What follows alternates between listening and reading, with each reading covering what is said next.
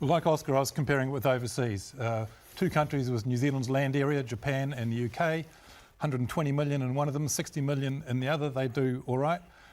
We've got two cities in Australia, each of whom are the size of New Zealand, Melbourne and Sydney. They're pretty neat cities. There's no reason why we should be thinking in very low numbers as being ideal. New Zealand used to be deadly dull and boring when it had 2.5 million, 3 million people. I remember those days. When Paul and I grew up and Oscar was hiding from the immigration authorities. It was just and a the terribly shops closed dull. on Sunday. And they closed it. It was just a deadly dull place. New Zealand is now alive. Couldn't get a coffee. It's got no food halls. It's got Chinese restaurants, terrible. Thai restaurants. It's such a lively place now, much more lively, and it could be much more lively. And it only gets better. I mean, it was really hard in the 70s, I'll admit that. Yeah. But it's become better and better, no matter what the challenges that we've been thrown at us. We find a way.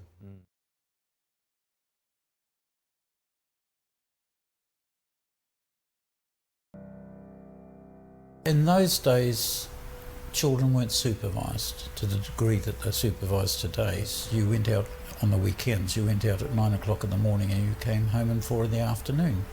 And your parents really didn't know where you were. We generally wore bare feet. And this was the winter and summer. I used to hate shoes, in fact.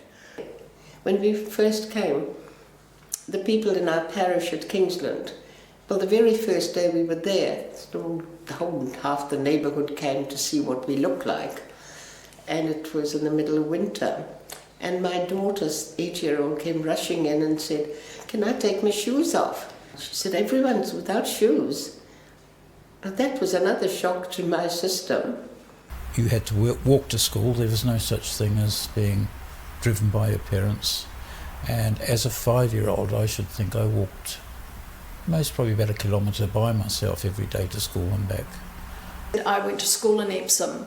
It was a private girls' school. Life was strict. You had to wear your hat, you had to wear your gloves, you were not allowed to eat in the street.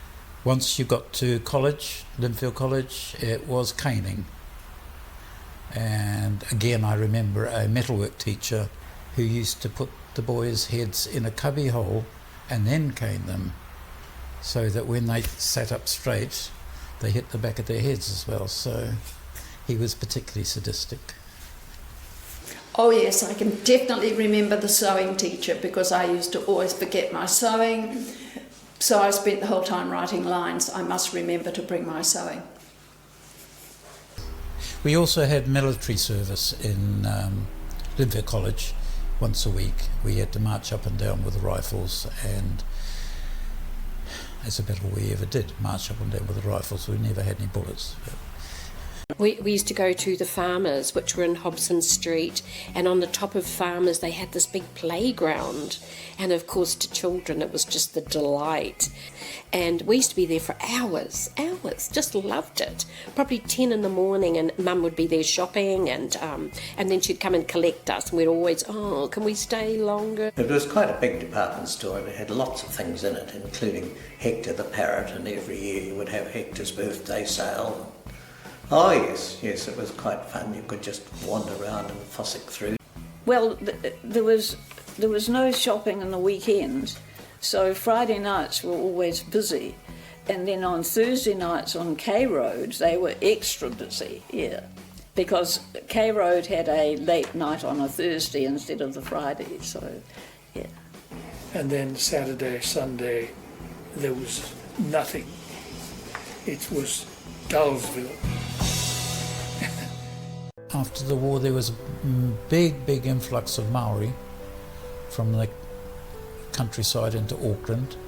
There were a lot of Maori hostels around. When the meat works needed more labour, they drew in Pacific Island and Maori people, and it was a good time for New Zealand and a good time for those coming to the city for employment. The actual majority with the Pacific, when Norman Kirk was in, the MP and Prime Minister at the time, and he brought a lot in for labour, easy labour. What they didn't cover was the fact that these people were coming over and looking for work, but they were staying with families, and the families got bigger and bigger. Housing was cheap then in those inner cities. Nobody wanted to live in those grotty little tiny houses. In fact, I used to go to music lessons in a house in Ponsonby down Reynolds Street, and it was horrible. It was really a horrible house, and they were cheap, and the Pacific Islanders moved in.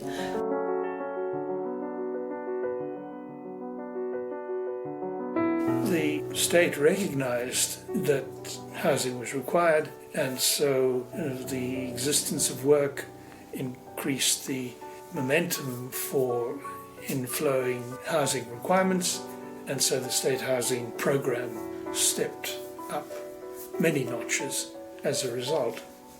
You could apply for a Crown land section and build a house on it. The Crown land section was very, very cheap. The whole of Komarama in that basin, which includes now Medill's farm, that all became built on after, I don't know, 5 or 10 years I'd been living there. And that single factor and that development did really change things for me. That was urban sprawl. We journeyed to work from Bucklands Beach through farmland in East Tamaki.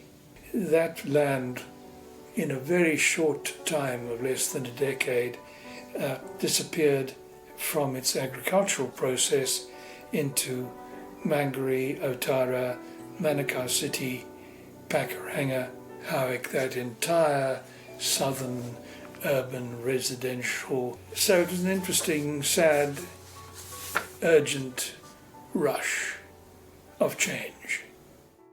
Now when you buy a house, I think the garden comes part of the package, fencing and garden. But fencing and garden was not part of the package then. You got a house with rough, just dirt around it, as the builders left it. So you ended up making the paths, making the driveway, putting in fences. Some people did it quicker than others. It really did depend on how much money you had. I think I was very lucky to grow up in Auckland.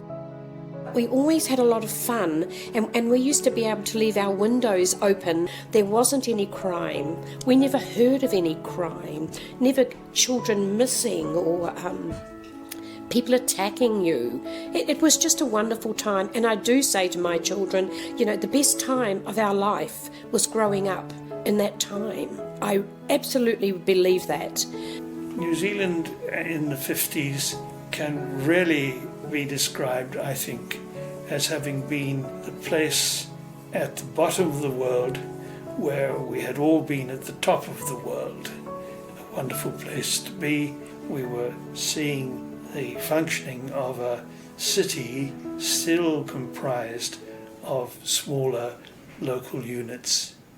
A quality which progressively has changed in this society, but which was very, very much a warm and enduring quality of life here at that time. People had time to speak to you. Today everyone's too busy. Just take time out. Sometimes it's quite nice. So yes, that was the best time of my life growing up.